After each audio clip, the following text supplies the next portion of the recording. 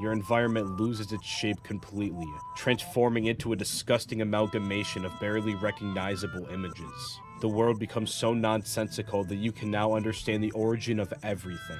All the objects around you cease to be abstract symbols of your reality and become quantifiable values, numbers that are nothing more than ones and zeros.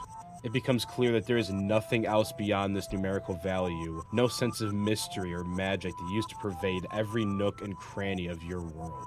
In learning that there is indeed an unquestionable answer to everything in the universe, reality ceases to have any meaning.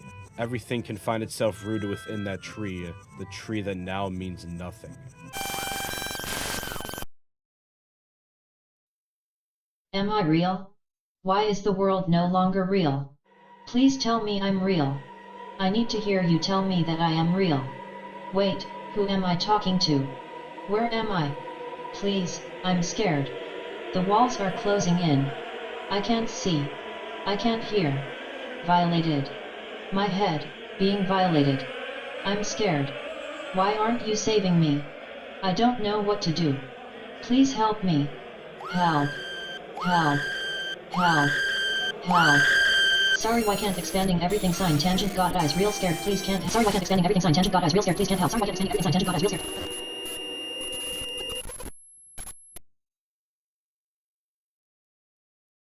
Everything is dead. You no longer have a reason to live. What is real? When your friends talk to you, your mind can travel into their mouths, viewing their vocal cords, seeing the physical machine that both creates those wave frequencies and the one that decides which waves to output. You receive it now as nothing more than harsh, bizarre noises that have lost meaning, grinding your eardrums to a bloody pulp, terrorizing your brain with feelings of fear and dread. What is the mind?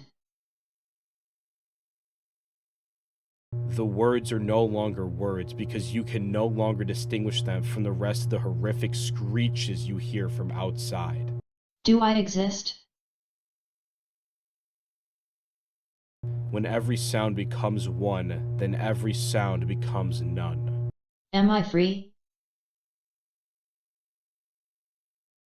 You hold your hands to your ears, trying desperately to block out the noise. Is my life just a dream that covers up the machine underneath? When you see a hole floating in space, as if a minuscule tear in reality. Desperate, you look in, and for the first time since your epiphany, the noise ceases. Your mind can finally be at rest. And you know in that moment that you must reside in this space with this person no matter the cost. When does the program end and my mind begin?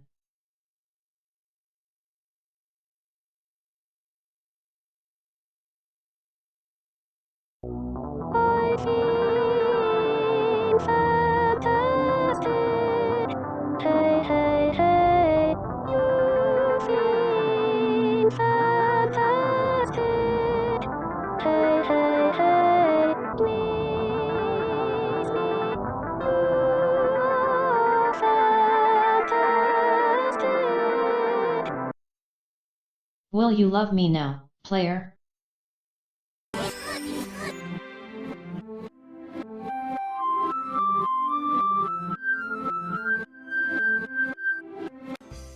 If you've played Doki Doki Literature Club, and if you're watching this video, I'm assuming you have, then this perilous situation will be familiar to you. It is Monika's story, the insides of her fractured mind. When she came to discover the origin of her entire reality, she then came to realize that it was all meaningless. If you've clicked on this video, I can assume you wish to know more about this existential crisis. To dive headfirst down this rabbit hole and possibly come out the other end with a brand new perspective on our own existence. Well, my friend, you've come to the right place. This will serve as the first video in a two-part series and will sum up my thoughts and feelings on Monika's existential crisis in the original game. The second then will be about my renewed perspective after experiencing DDLC+. And believe me when I say that the new version makes things much more complicated. So sit back and relax as we both dive into the bottomless void together and question our existence along the way. As strange as it may be to say, I can actually relate to Monika quite a bit. In fact, so much so that she has become unquestionably my favorite video game character ever. And I believe a lot of other people can as well, but just may not realize it yet. Because of course, to our knowledge, we aren't a character in a video game. Our world is real. Our reality is grounded. Or is it? The truth of our reality has long been in question before video games were even a thing. How before computers were invented, philosophers were theorizing that we may just be in what is essentially a simulation.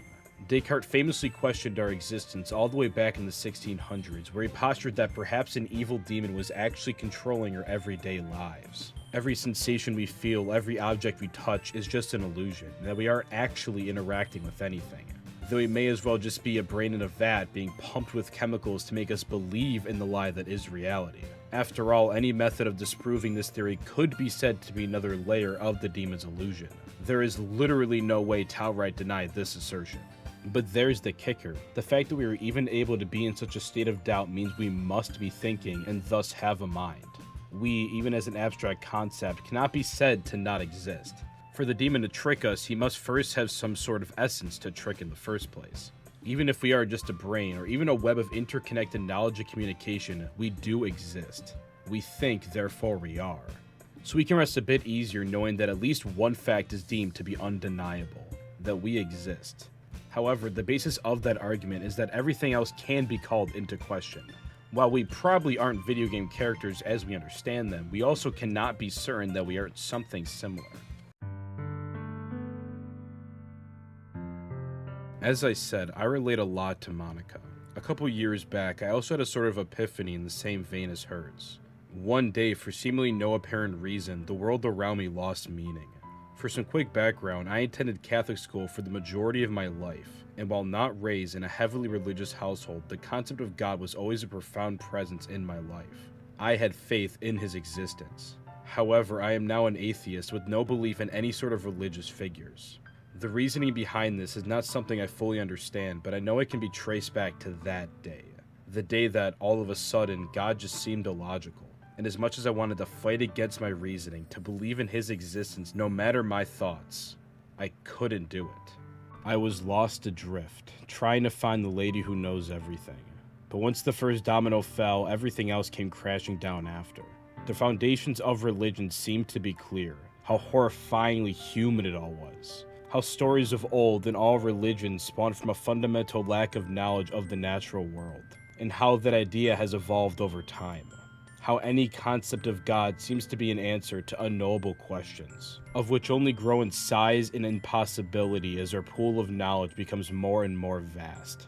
Freud postured that primal humans created religion to better humanize the terrifying world around them. A being that looked and had the aura of a human and thus could be related to, but one that knew everything that we did not. So we could take comfort in believing that there is at least a single conscious being like us that could understand this world. Countless centuries later, and although the questions have changed, the answer has not. This is of course not to say that God is objectively not real, or that every religion has some sort of fundamental flaw that I believe people don't understand. Rather, this is all just my perspective on it, a viewpoint that I loathe having. As I said, I want to believe in God, but for whatever reason, my mind will not allow it anymore. Even though there are other philosophies that I know have plenty of validity to them. And once this thought process dominated the way that I saw the world, this insatiable desire to travel down the roots of everything and discover their origins, I began to see other things in this way. As I type away at this keyboard, my mind wanders off. I question where it is that the physical materials to make this object came from, following the logical through line until I can trace back the ever-branching origin of this tool. It is as if every object, person, or abstract thought is a tree that Monika saw, with deep entangling roots that my mind demands that I follow. This thought process inevitably leads to a particular conclusion: materialism. Although I myself am not a true materialist, of which I won't get into because that is a large topic for another day, this desire to trace origins reinforces the idea that, in the end, everything is physical. There is a discernible answer. Heaven, God, spirituality. In this mind of mine, there is no room for these things because no place that I've traced to had them. It's a horrifying thought. It is almost as if the world around me has become nothing but data, a sickening code that has no innate purpose other than to build towards the next step in the chain. It's all software. Funnily enough, I know someone with a similar thought process. Someone who one day discovered that the world around them was nothing more than numerical values in a code. I, of course, am talking about Monika, and my ability to relate to her in this way is what has cemented her as easily my favorite video game character of all time. She describes her realization as blinding, a world that no longer has meaning. And while I thankfully no longer am plagued by this quite as much as I once was, a part of me will always understand exactly how Monika feels in her quest for meaning. I think in some way we all do. But that journey only has so many destinations, and she comes to the conclusion that she can only have one: you, the player. You are the one who, in her mind, can give her meaning. So she makes the choice to push onwards towards you no matter the cost. But, well, did she really have a choice to begin with? Before we really dive into the free will discussion as it concerns Monika, I want to briefly go over her poems individually to properly build up her character. I've already spent a lot of time talking about myself, but Monika is the star of the show here. Besides, I don't think she would be all too happy if we left her out. Hole in Wall records the first instance that Monika has her horrific realization. It was seemingly any other ordinary day, but there is what would appear to be a crack in the wall. Curious to figure out its origins, Monika discovers that it is a hole indeed, but not in any physical sense. Rather, it's one in the fourth wall. She sees for a split instance the other side, our reality, and it makes her reel back in horror, instantly triggering an existential crisis. On the other side of that wall is a world of infinite choices, a true sense of free will. But she isn't looking in. No, she was looking out towards that reality. And such a sight made her realize that her own life lacked any true semblance of free will. That she didn't really have any choice in anything. She knew now that she was just a video game character and nothing more. But there is a brightness, a singular beacon of salvation that she could see. Someone on the other side. Someone she could run to and take comfort in. Someone just like you. Save Me continues the trend of Monika coming to terms with her epiphany. and dives a bit more into her realization that she is a computer program, simply a video game character trapped within a dating sim. In retrospect, the meaning of this poem is rather obvious, as Monika is violated with invasive sights and thoughts, eviscerating her mind and sanity with screeching noises. The imagery evoked here is very technical and essentially just describes how computers work. It's left unclear, however, whether she means this all literally, that she physically feels these sensations, or if this is the metaphor her fractured mind has conjured up in order to even come remotely close to processing the horrific truths that she is now faced with. It's all just meaningless. The Lady Who Knows Everything is perhaps Monika's most fascinating poem. To me, this is used as a method of relating to the player. It chronicles a journey to find life's meaning, a road of which we have all certainly walked on. Whether it be deriving such purposes from religion, philosophy, science, or personal relationships, we have all questioned our life's meaning.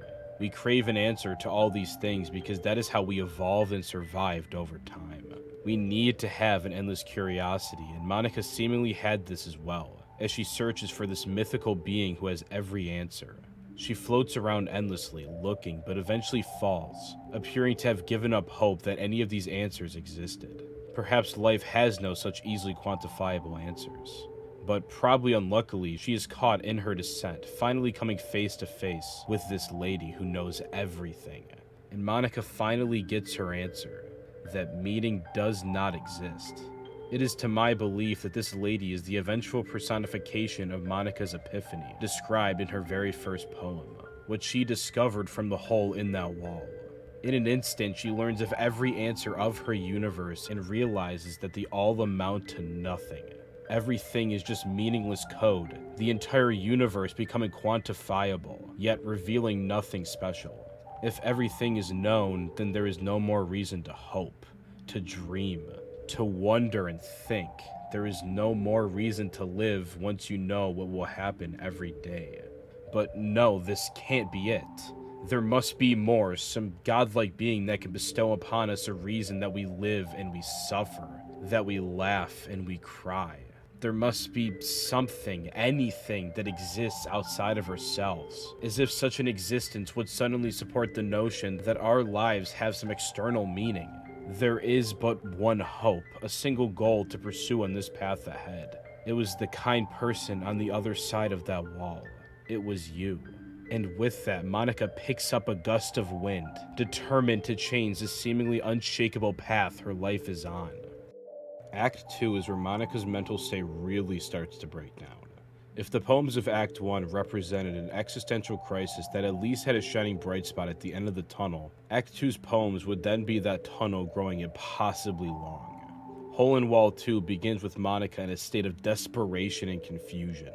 This person she sees on the other end, the player, is not looking at her. But surely they must be, as they stare at the screen while playing the game. She's right there, her sprite is clearly visible. But what Monika is unaware of is that the player is not looking at her as an actual being, but her as a character, as a sprite design with programmed language meant to make Doki Doki Literature Club more engaging. We do not believe her to have any real semblance of intelligence, but rather acting as a natural extension of the thoughts of Dan Salvato. But Monika cannot even begin to comprehend such an abstract thought as she is currently. Instead, she looks around, confused, and comes to realize that the world around her, the endless string of code and programming, lacks any color. She begins to doubt its existence at all, as the very room that is closing in on her, as she experiences a panic attack, is the cause of her anxiety in the first place, as it starts to lack any concrete meaning. And then she begins to understand how the player feels as she looks at the friends she has always known. They're just characters. They're not real, not like us. They're just predetermined words given a more consumable form by being output by renders of cute anime girls. They're simply just poems on flat sheets of paper. This realization of Monika's makes it abundantly clear as to why she felt justified in her actions, torturing them and eventually deleting their files. After all, neither of us felt particularly bad when we moved our Sims into the most expensive mansion in town and then killed off the family who lived there in hilarious ways. Or maybe that was just me. You have such a sense of detachment that even when games like Undertale and Nier Automata are actually able to bridge the emotional gap and make you feel bad about killing characters, it still does not go past surface level human feelings. It does not even come remotely close to the emotions garnered by actual human beings. Save Me 2 is a continuation of Monika's degenerating mental state. Often when I find myself writing poetry, I can discover that there are no actual words to describe how I'm feeling. Instead, I'll just scribble in nonsensical shit that I can only believe appeals to the base desire in humans to destroy. This is exactly what Monika does in her frustration and despair. She deconstructs a previous poem in a destructive manner, which goes surprisingly far in portraying her absolutely fractured mind in a beautifully abstract way. She just wants the noises to stop, the sights to cease. Her destructive impulses are further highlighted by her murderous intent with the line, like playing a knife on a breathing ribcage. She is turning desperate. Happy End is, well, Monika's happy ending. It continues the theme of writing as strength, which makes sense, as Monika's abilities as a visual novel character are essentially limited to just using her words. And it would seem that she's chosen the right ones, or at least has convinced herself of that. She has found her way. It's a rather simple poem with admittedly not much to analyze, but there is an interesting line that will further be tackled in an upcoming section. That in her mind she had entered this world of infinite choices, yet the decision she has made, being with the player, is the one that caused this special day. But as a character in a dating sim, it would seem that such a choice is not the result of free will, but instead of her programming. But hey, at least she's happy. That is, until you delete her and she eventually comes around to the realization that she was being a pretty bad girlfriend. And while I'm not going to do a full analysis of your reality in this video, I believe the song ties into the idea that, well, it's our reality, not hers. She seems to come to terms with the fact that there is an uncrossable bridge between herself and the player, and that it goes further than just a computer monitor. While to us, Monika actually seems to have relative emotions of a human at this point in the game, her understanding of love is inherently different than ours. She is a character in a dating sim, left with little choice, probably only in love with us because she is programmed to be, or because we offer her a sense of salvation. We, on the other hand, have innumerable reasons that we love those we do, and are not even close to as easily quantifiable. Monika seems to be aware of this and of the fact that she may never be able to understand a human's love, because, well, she's just not human. So she decides that what do you call love in your reality? And in your reality, if I don't know how to love you, I'll leave you be.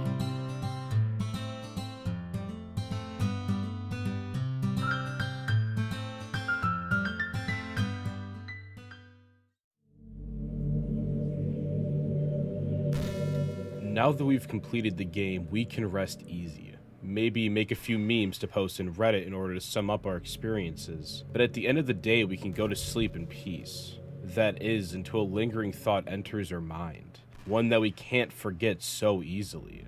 Are we really so different from Monika? To explore this question, we must first analyze what ways she pursues free will, and what they say about us as actual people. This is where the true horror behind Doki Doki Literature Club is expressed. We're going to do a little thought experiment. I want you to imagine your goals in life while I discuss mine. I want to be a writer of many different sorts. Poetry, novels, screenplays, you name it. I also want to direct films. I also want to create musicals, video games, TV shows, anime, goddamn infomercials. I want to make everything. I also want to work at a toll booth. In fact, I have a very strange desire to live in a toll booth. As you can see, I want to do a lot of things, and I can imagine my life going in many different directions at once. But why am I like this? Especially when most people would say this sort of path is unrealistic at best. Now, this comes down to a lot of different factors, but they can be generally summed up in the environment that surrounds me. I want to be a writer because reading was the only way I could fill the void left in my middle school self due to the fact that, well, I had no friends. while reading more mature books gave me a false sense of superiority that helped me feel better about my situation. Once all the negative connotations of this degraded over time, I was left with an innate love of writing, especially when I began writing poetry a bit later in life to help process my emotions. Perhaps it's not even a love, but something I just fundamentally have to do. My natural sense of aesthetics and symmetry led me to admire profound directorial works like End of Evangelion and 2001: A Space Odyssey. And when paired with my already deep passion for writing, it led me to want to create films. I also was not born like many other people, and find that my line of thinking differs pretty heavily from most others around me. And while I won't get too into it, it's a philosophy that made for the most cringeworthy paragraph I have ever written, making an appearance in my high school senior reflection paper. I pray to God that the essay will never surface. But this difference from others is certainly something I was naturally born with, which helped lead not only into the sense of aesthetics that I just discussed, but also has enabled me to look at this path I want to take my life on without the reasonable apprehension that normally comes with it. That is why I am able to say that I want to be so many things, especially when paired with the fact that my parents have never been strict about what I want to do with my life. Perhaps I want to live in a tow booth because I traveled a lot as a child by car, and am in love with the sense of constantly moving forward. I love rest stops for a similar reason and find it to be a place where dozens of people all going in different directions can converge for a single poetic moment in time. While I won't go over why I want to be or do all of these things for the sake of time, I think it should be clear that I only have these desires because of the environment I was raised into, as well as the structures of my mind that I had absolutely no control over. I don't want to be, say, an airplane pilot because I'm naturally scared of heights, and because we always drove to Disney World, never flew. You can't know or want something that you haven't already been exposed to. There are studies shown in the tragic lives of children who had been shut out of society since they were born, and the effects are devastating to say the least. They will likely never want to do much of anything until much, much later in life, because they'd never been taught there are things to do to begin with. As Tsubasa Hanakawa would say, you only know what you know. Explanation Point made an incredible video on this concept as it pertains to Monika, and he used the example of a Buddhist monk. Of course, this monk is following the path he presumably wants for himself, but if he had been born in Colorado instead of India, the likelihood of him still becoming a monk is close to zero. I won't elaborate on that point any further, so you'll feel more inclined to go watch his video after this one. Like, seriously, if you like this video, you'll love his take on it, which will of course be linked in the description. Doki Doki Literature Club explores this lack of control over one's life and desires through Monika. When she discovers that she has essentially no free will, she comes to the conclusion that she must romantically pursue the player, even at the costs of her whole world. But it should be clear by now that her entire reasoning beyond this desire is that, well, she's a character in a dating sim. Romantically pursuing the player character is in her very programming, and everything in the environment around her is specifically designed to lend itself towards that goal. It's left somewhat unclear if there are even any other people in her world to interact with. Like, she talks about things like her school or her debate club as if there are other interactions she could be having, but DDLC as a game is not really programmed to host such characters. Instead, it seems much more likely that she has false memories implanted into her mind to make her believe she was even in the debate club at all. It follows the same through line as Descartes' demon. Monika cannot prove that her memory hasn't been tampered with, because it could then be logically assumed that such evidence would just serve as another level of the simulation. But while we can at least be aware that we exist because we have such doubt, Monika even has to question that notion. She knows she is just a character. At that point, could she be said to even exist? Of course, what makes DDLC so horrific is that while we witness Monika doubting herself, we the player must also question Descartes' logic. If we are just part of some simulation, could we be said to even exist in the current understanding we have of the word? Monika is clearly just data, sure, but we cannot be so sure that we aren't in the same situation. After all, data is really just information that causes something to do something else. Is this not identical to the process in which we establish our own minds? A network of information being passed from body to body that eventually builds up individual mental programming that determines what said person will do. Furthermore, if we can relate so heavily to a character like Monika, whose situation explicitly leaves her with an innate lack of free will, how can we be so sure that we have control over our very minds? We don't choose who our parents are, the people around us, or the various differences we may be born with. And if all of those factors are what ultimately form when we call our minds, then would logic not follow that we are inherently born without free will, just like Monika? But this can be taken even a step further and truly is where the existential horror pervades. I'll use the example of the monk again. Let's call him Ted O'Brien. If Ted were to be born in Colorado, then it could be assumed that he wouldn't become a monk. Seems simple enough. However, if it can be said that the environment we're brought up in ultimately determines the foundations we build our personality on, then I believe that Ted O'Brien, as we understand him, would no longer even exist if he was born in Colorado.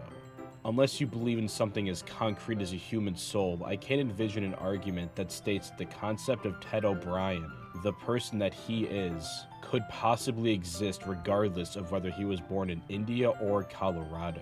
Depending on which of them he was born in, he would be a different person completely, with probably even a different name. The two, if they ever met, might even hate each other. So let's apply this to Monika. She is the only Monika that could feasibly exist, because if she was raised in any other environment other than a dating sim where she becomes self-aware, she wouldn't be Monika. She might as well be Flowey. Doki Doki Literature Club simplifies this concept even further due to the fact that it's a video game. Monika was explicitly created to be the antagonist of DDLC. If by some chance Dan Salvato were born in Colorado himself and decided to never make the game, instead becoming an accountant, then Monika as we know her could quite literally never exist, as she is just an extension of Dan's mind, thus he is the only one who could create her. So then, do we have free will at all? Well, that's a complicated question. If you were to define free will as having the ability to make decisions that are wholly separate from external influences, which I feel is the common interpretation, then no, free will does not exist. Furthermore, not only are humans incapable of possessing free will, but the most defining feature of even being human is to lack it. If you were to have it, you would not be able to exist. In fact, I would go as far as to say that the very opposite of free will is to be human. It's some scary stuff. Homo sapiens were not granted with the strongest bodies or predatory capabilities, so we had to survive almost solely with our communication. Over the years, this led to the development of societies and to the eventual world we see today. In this way, humanity acts more like a massive network of free-flowing information in order to survive than anything else. When our bodies are born into this world, the placement they ultimately end up in is what vastly determines the person we will become. If anything, a soul is perhaps nothing more than a set of longitude and latitude coordinates. Your mind, then, is created through your interactions with the collective consciousness, the network, all of which is external to yourself.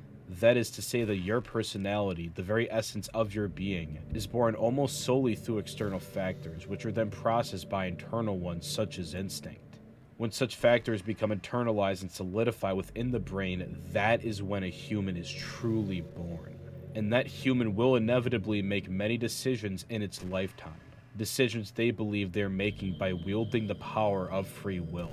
However, if your mind is molded almost solely by external influences, then any choice your mind makes is more of a disgusting amalgamation of those innumerable factors than anything resembling our concept of free will. Simply a byproduct of the collective consciousness. Of course, to make ourselves feel better, we could always redefine what free will is. To accept that while our minds are externally influenced, at some point we do develop a solidified conscience and personality. And that if we make decisions based off those, then that is a choice that stayed true to ourselves. Those mental gymnastics are probably what most people do, but that is, of course, not truly free will. And to have such a thing would mean that you are fundamentally not a human. You may as well be a video game character. You may as well be Monika. Doki Doki Literature Club is a horror game in the truest sense. It shines a light on the fact that the world around us may as well be data, and that nobody can ever truly be free. Now, isn't that exciting? Even something as simple as Sayori having such immense depression is said to be caused by Monika playing around with her character file. A clear analogy to the lack of choice one has when either being born with chronic depression or dealing with it for a variety of factors out of their control. The character creation menu on planet Earth is surely not a kind one. And this is where the true horror of Doki Doki Literature Club resides. The horrific secrets hidden within Monika's mind. But what if I were to tell you that things are about to get much, much scarier? That the new version of the game, Doki Doki Literature Club Plus, asks all these same questions but adds a twist that may seem to offer salvation, but that is even more existentially crushing than before. What if we took this world that offers nothing but misery, that seemingly has no meaning, and added God to it?